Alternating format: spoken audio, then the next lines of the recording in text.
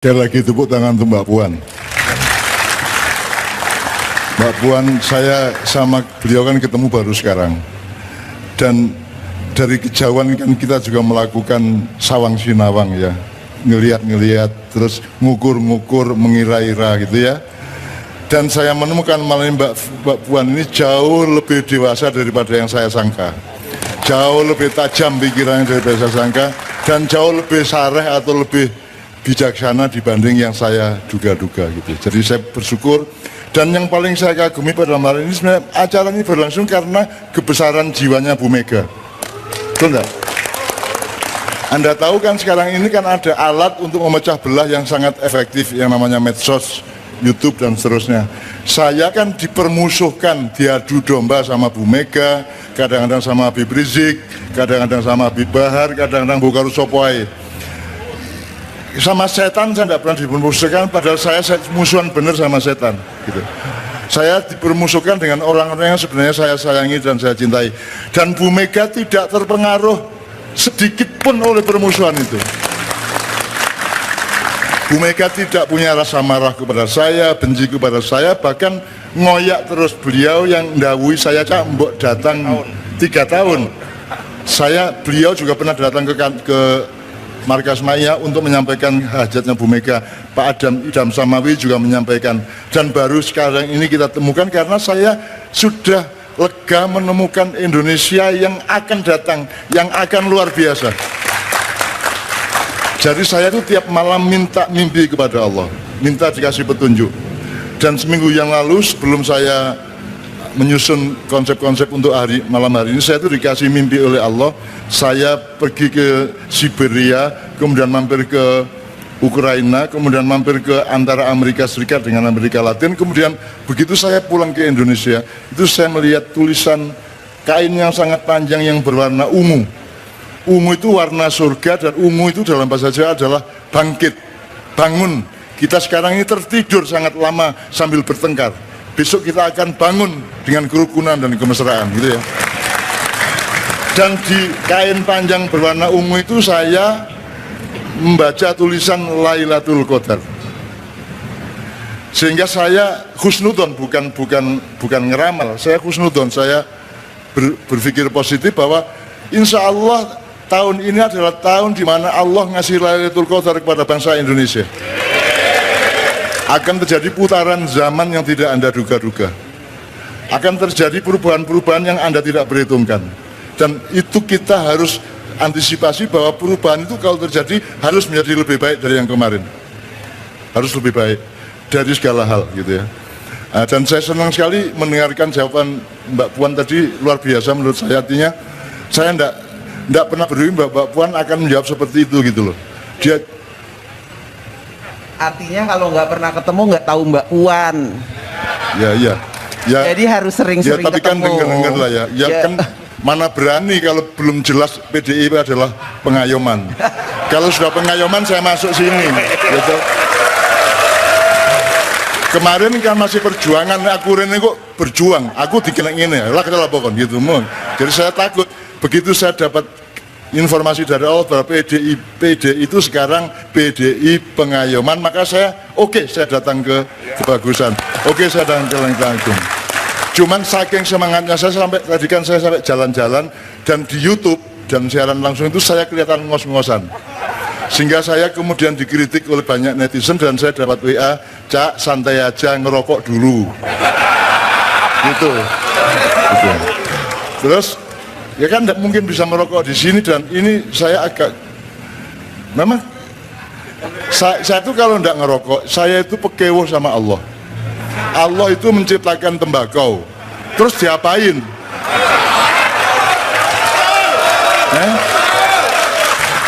Apalagi kalau sampai saya anti tembakau, kan saya berhadapan sama malaikat. Anti tembakau kan ya, duduk kan gitu ya. Jadi saya tidak berani anti rokok, tidak berani.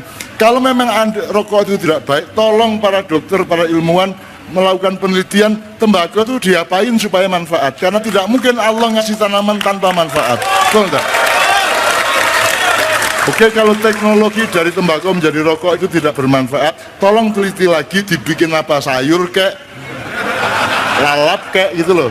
supaya manfaat, karena tidak mungkin tidak manfaat. Rabbana ma khalaqta hadza batila. Jelas ya, tidak mungkin Allah menciptakan siapapun dimanapun tanpa manfaat. Oleh karena itu saya sangat mantap malam ini, karena kita memang wajib jadi orang Indonesia, bukan kebetulan. Kita ditakdirkan, diwajibkan untuk membela Indonesia, membangun Indonesia, mewangikan Indonesia. Itu adalah takdir dan kewajiban. Itu amanah dan perintah Allah. Beliau diperintah jadi cucunya Bung Karno, mau tidak mau, dan beliau taat. Dan seluruh bangunan cita-cita beliau dibangun berdasarkan perintah Allah. Jadi ini kita di sini perintah Allah. Jangan dibilang nggak syar'i, syar'i banget ini. Ini syar'i karena itu syariat Allah. Syariat Allah itu artinya aturan Allah, baik yang menyangkut orang sholat, ibadah mahdoh, maupun alam semesta, sungai, ekosistem, dan seterusnya. Maka di PDIP saya menganjurkan, sekarang ekosistem di Indonesia kan negara yang paling subur, makmur, luar biasa. Tongkat kayu dan batu jadi tanaman, kurang piye ya. Dan tidak ada di seluruh dunia, hanya Indonesia yang sesubur itu, semakmur itu, dan rempah-rempahnya tidak terbatas. Betul enggak? Covid sebenarnya kalah sama rempah-rempah. Kalau Anda melihat kurva atau grafik keterpaparan Covid di Indonesia dengan di negara lain, Anda akan kagum. Dengan penduduk sebanyak ini, dengan kesembronoan rakyatnya dan keberanian rakyatnya untuk tidak pakai masker, gitu, ngawur di mana-mana, gitu, nekat di mana-mana. Seharusnya yang terpapar itu kan ratusan juta, betul enggak? Tapi faktanya, enggak. Malaysia lebih banyak, Vietnam lebih banyak, berapa penduduknya hanya 1/10 kita. Jadi kita ini bangsa yang dahsyat, bangsa yang top. Tolong setiap pemimpin menyadari itu dan berangkat mensyukuri masa depan Indonesia dengan kesadaran bahwa Indonesia adalah bangsa istimewa. Tanahnya istimewa, tanamannya istimewa, rempah-rempahnya istimewa, mentalnya istimewa, gitu.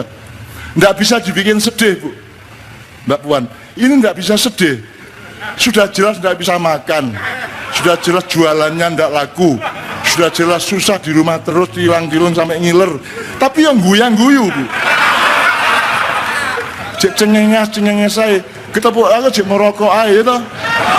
Bangsa Indonesia kok, gitu. Bangsa yang tidak tertandingi, tidak tertandingi. Kalau orang Amerika mengalami kayak Anda, modern. Orang Jepang, orang Cina mengalami kayak Anda, modern. Tapi kita tidak. Kita tetap bangkit.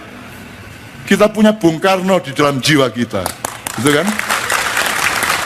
Saya tidak mengatakan Bung Karno itu nabi apa enggak, tapi pokoknya kan faktanya kita itu punya Bung Karno, gitu ya. Dan nyun sewu yang mohon maaf ini Bu, yang Anda Mbak, ya aduh sepuran ya.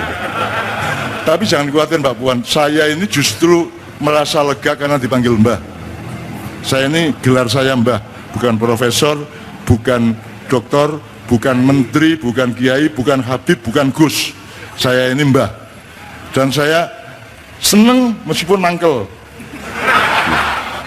Senengnya karena itu gelar yang paling dahsyat. Kalau gini, kalau saya mbahmu, apakah saya harus pinter? Kalau saya tidak pinter, kamu pecat sebagai mbah, enggak? Gitu? Kalau saya tidak kaya, tetap mbahmu. Jadi tidak ada persyaratan-persyaratan keduniaan untuk seorang mbah.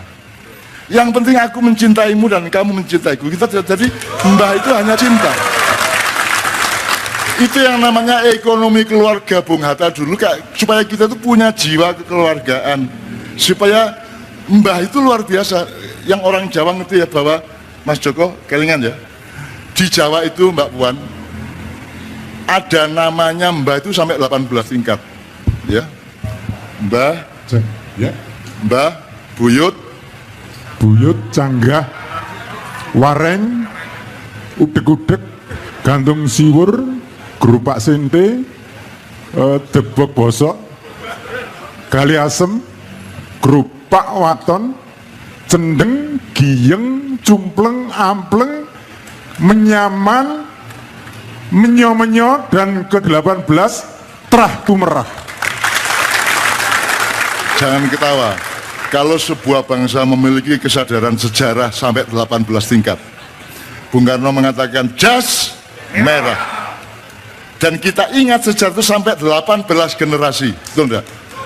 Wahai Amerika, wahai Rusia, wahai semua negara-negara yang merasa kuat dan ada di kuasa, jangan pikir kalian benar-benar berkuasa, karena kami adalah bangsa dengan peradaban yang punya skala waktu 18 generasi.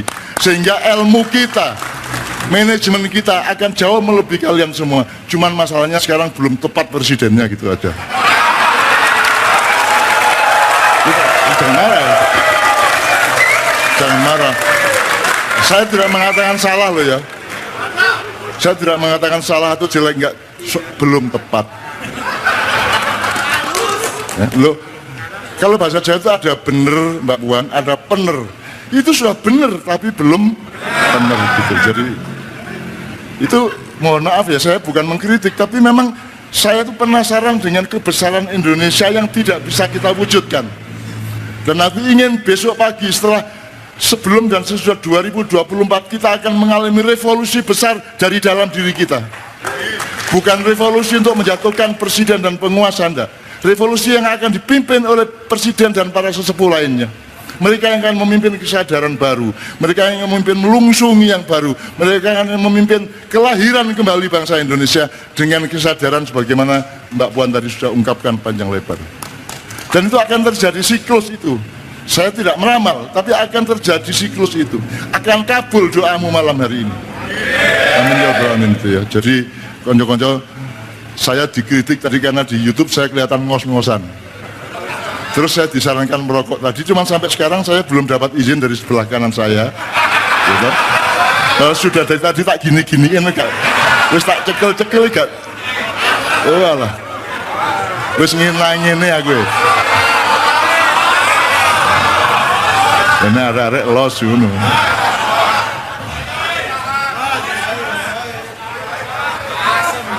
Salah satu yang ditakuti virus adalah,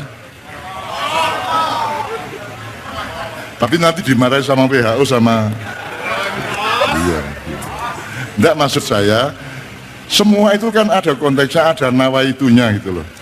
Anda rabi dengan rabi betul, ada rabi mergo nafsu, ada rabi mergo kesejahteraan cita-cita keluarga. Kan sekarang ngerokok untuk apa, ngerokok karena apa, dengan niat apa, dalam konteks apa, kan ya duru ala illatihi kalau kata usul fikih kan gitu kan. Jadi semua yang saya katakan itu kan tolong lihat asal usulnya. Misalnya kalau di maknya kan meso boleh enggak? Iki Mbak senengannya meso. Nah usah aku ngomong diancuk seweneng ini.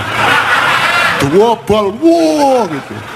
Terus saya bilang, meso itu kan spontanitas alamiah dari setiap orang yang merasakan sesuatu yang menggelisahkan. Misalnya, gitu ya, cok gitu kan.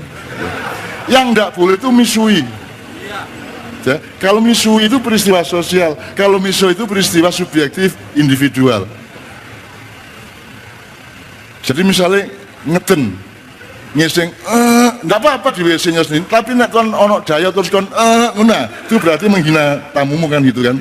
Ya jadi di maknya kita terangkan semua peta titik-titik titik-titik ilmu dengan proporsinya masing-masing. Kita harus lengkap. Saya sama Bu Mega dipermusuhkan. Bu Mega tidak sedikit pun terpengaruh dan Bu Mega tetap meminta saya datang ke sini. Dan sekarang dipertemukan dengan putrinya. Coba. Kok sekarang kok ketemunya?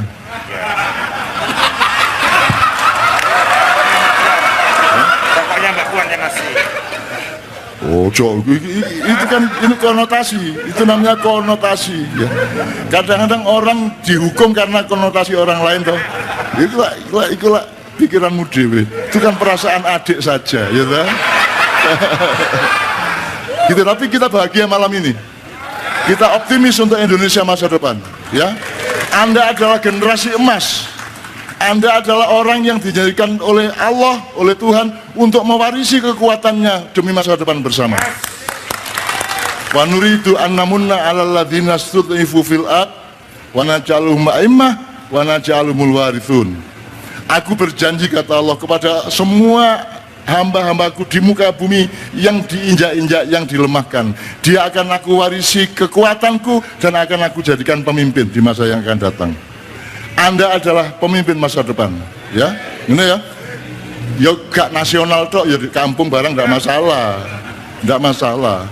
Kita nggak butuh kebesaran, kita tuh butuh kesungguhan, kita Bu ya. Kata beliau tadi, meskipun kecil saya ingin jadi bagian dari yang membangun Indonesia kan gitu kan. Jadi enggak apa-apa, ketua RT enggak apa-apa. Enggak apa-apa.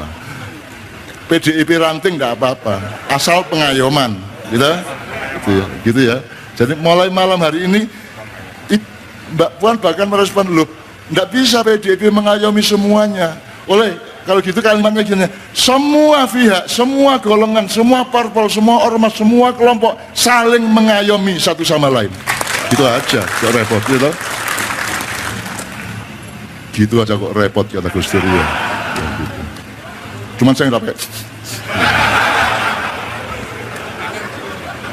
Terus kangen gak ya? Gitu.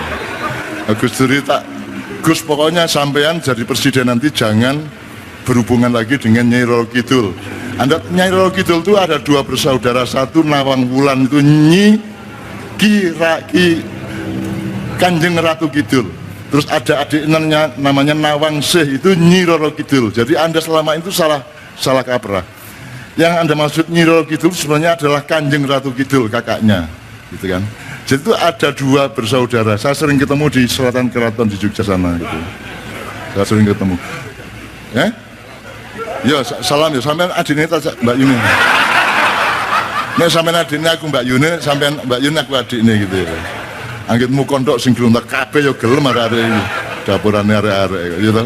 Gitu sekalian, itu semua saya pelajari loh teman sekalian. Semua Bu, Mbak Fian, semua saya pelajari. Sekarang ini saya sedang bikin drama judulnya Reriungan. Ya, Reriungan itu artinya judulnya melungsungi.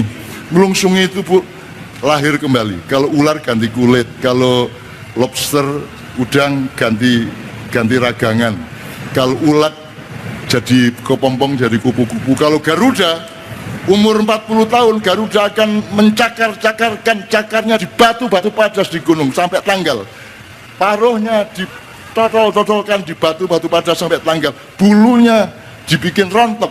Kemudian di antara 10 Garuda akan ada 3-4 yang lahir kembali, bulu-bulunya tumbuh kembali paruh dan cakarnya, kemudian menjadi Garuda yang sakti perkasa. Dan aku minta PDIP dan Anda semua adalah Garuda yang sudah melungsungi dan menjadi Garuda baru.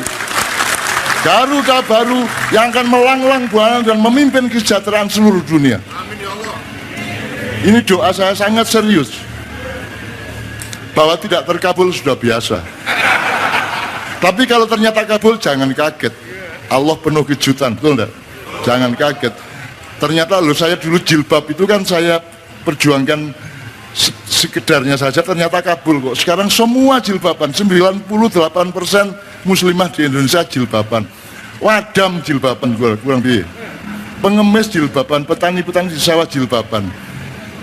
Dikabulkan oleh Allah apa yang saya perjuangkan. Padahal saya juga tidak berjuang amat, tidak sampai ngoyo-ngoyo ya, tidak. Pokoknya menyadarkan saja bahwa wanita itu boleh memilih apa yang nyaman untuk dia, termasuk jilbab gitu toh. Gitu. Ternyata dikabulkan oleh Allah, meskipun saya tidak dapat royalti dari toko-toko penjual jilbab gitu ya. Tidak pernah masalah, saya tidak minta jasa, saya tidak minta apapun, saya tidak minta reward dari Anda. Aku tidak peduli engkau menghargai aku atau tidak. Aku tidak peduli engkau mengapresiasi aku tidak. Aku tidak peduli. Aku hanya harus memastikan bahwa aku ridho dengan semua yang aku alami di dunia ini, supaya nanti kalau aku mati tidak menjadi hantu. Sebab kalau engkau belum ridho hatimu dalam hidup ini, begitu kau mati kau jadi hantu. Maka di drama Melungsungi itu semua namanya saya ambil dari nama jin dan malaikat. Tidak ada yang nama manusia. 92 orang yang ikut main drama itu semua namanya nama jin, dan saya sudah minta kepada pimpinan-pimpinan jin itu dari Merak sampai Madura. Sudah saya temui mereka semua, minta izin namamu saya pakai untuk drama, karena Indonesia sangat butuh melungsungi. Harus ada kesadaran baru, harus ada cinta yang baru, yang refresh ya, harus ada kebersamaan yang baru, harus ada reriungan yang baru gitu. Maka mereka kemudian mengizinkan dan tidak mengganggu pentas saya. Meskipun pemainnya sudah saya kasih sangu, kalau nanti kamu diganggu macam-macam, baca ini dan sebut namaku, saya bilang gitu. Pokoknya jin krungu jenengku itu, oh sampai melok mak iya, ngono akhirnya. Iya, Jadi saya kan tidak pernah kejam sama jin. Saya kan tidak pernah siaran TV terus, nama takunu, ya tibikumullah. Kan tidak pernah. Terus jinnya tak ambil masukin botol. Tidak lah. Saya selalu baik-baik sama jin. Saya selalu bergaul baik. Dan saya tidak melanggar perintah Allah untuk bekerja sama dengan jin. Saya tidak pernah kerja sama. Bahkan saya tuh kasihan sama setan, sama iblis itu, saya tuh tidak tega. Dari dulu sampai sekarang setan iblis itu tidak bisa nggoda saya, coba. Kan kasihan. Betul enggak? Kewo saya kadang-kadang ingin saya turuti dikit-dikit gitu loh. Tapi tetap tidak berani juga. Jadi itu kalau sama manusia itu Masya Allah udah. Kalau sama, jadi makian kita tadi kan ada teman PDIP yang Mas Adian ya. Ada. Mas Adian kan bilang, loh saya kan Kristen, masa saya masuk forumnya Cak Nun? Terus Mbak Indah menjawab, di forumnya Cak Nun itu jangankan orang Kristen, jin setan masuk boleh. Betul enggak? Setan salah apa Mas? Aku takut setan salah apa? Kok setan jadi kambing hitam di Indonesia? Asal ada orang jahat yang disalahkan setan toh? Setan salah apa? Dia memang tugasnya seperti itu dan dia tidak bisa berubah. Kalau Anda bisa berubah, Anda adalah makhluk kemungkinan. Kalau setan iblis makhluk kepastian, dia tidak bisa apa-apa. Harus seperti itu. Kalau Anda kan boleh berubah. Anda mungkin ini, mungkin itu, mungkin baik, mungkin buruk. Jadi kan mending jadi manusia. Maka saya kasihan kepada setan, tidak tega. Jadi kalau saya ketemu mereka malam-malam berduyun-duyun mesake gitu ya. Kasihan. Gitu Mas. Ini pemikiran-pemikiran seperti ini saya tidak ngarang, ini beneran, ini beneran. Maka saya juga sangat bersungguh-sungguh dengan acara malam hari ini, Mbak Puan ya, dan teman-teman ya. Dan saya hitung semua sisinya Mas Hasto, saya hitung semua sisinya karena saya ini mencintai Indonesia dengan pokoknya nyawaku, sak pokoknya nyawaku. Saya mencintai karena apa loh? Karena Indonesia bukan Muhammad, bukan Ibrahim loh.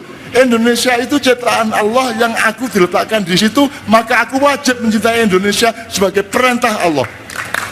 Betul enggak? Oke, sebentar lagi waktunya habis ini. Saya sudah dikasih peringatan. Ya, Pak. Oke, saya akhiri yang omongan saya.